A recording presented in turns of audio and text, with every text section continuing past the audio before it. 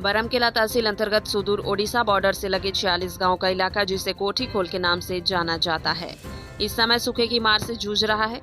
12 ग्राम पंचायतों के इस क्षेत्र में करीब 1 महीने से बारिश नहीं हुई। कहीं कहीं चीटपुट बूंदाबांदी भी हुई तो वह फसलों की प्यास बुझाने के लिए नाकाफी रही।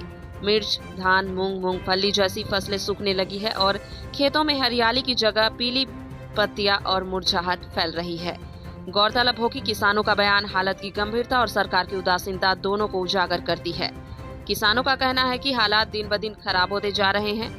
किसान वीरेंद्र कुमार सिदार ने चिंता जाहिर करते हुए कहा, अगर आज से पानी गिरना भी शुरू हो जाए तो भी जिस किसान के पास बोरवेल नहीं है उसकी उपज और आमदनी इस साल बहुत घट जाएगी।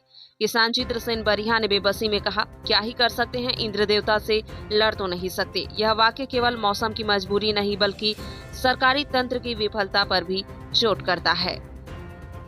बता दें कि कोठी खोल का यह सूखा खेत सिर्फ मिट्टी नहीं सुखा रहा बल्कि किसानों की उम्मीद और साल भर की मेहनत को भी चुपचाप निगल रहा है। किसानों की चिंता दिन ब दिन बढ़ रही है। जिनके पास सिंचाई के लिए बोरवेल नहीं है उनका नुकसान तय माना जा रहा है।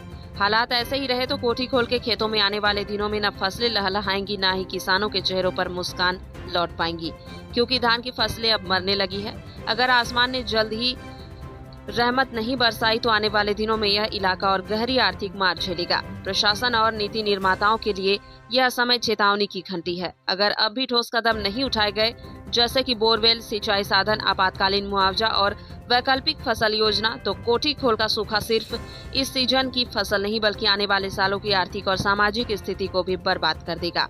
किसान के दफ्तरों में बैठकर फाइलें पलटने से न बारिश आएगी न खेतों में हरियाली लौटेगी।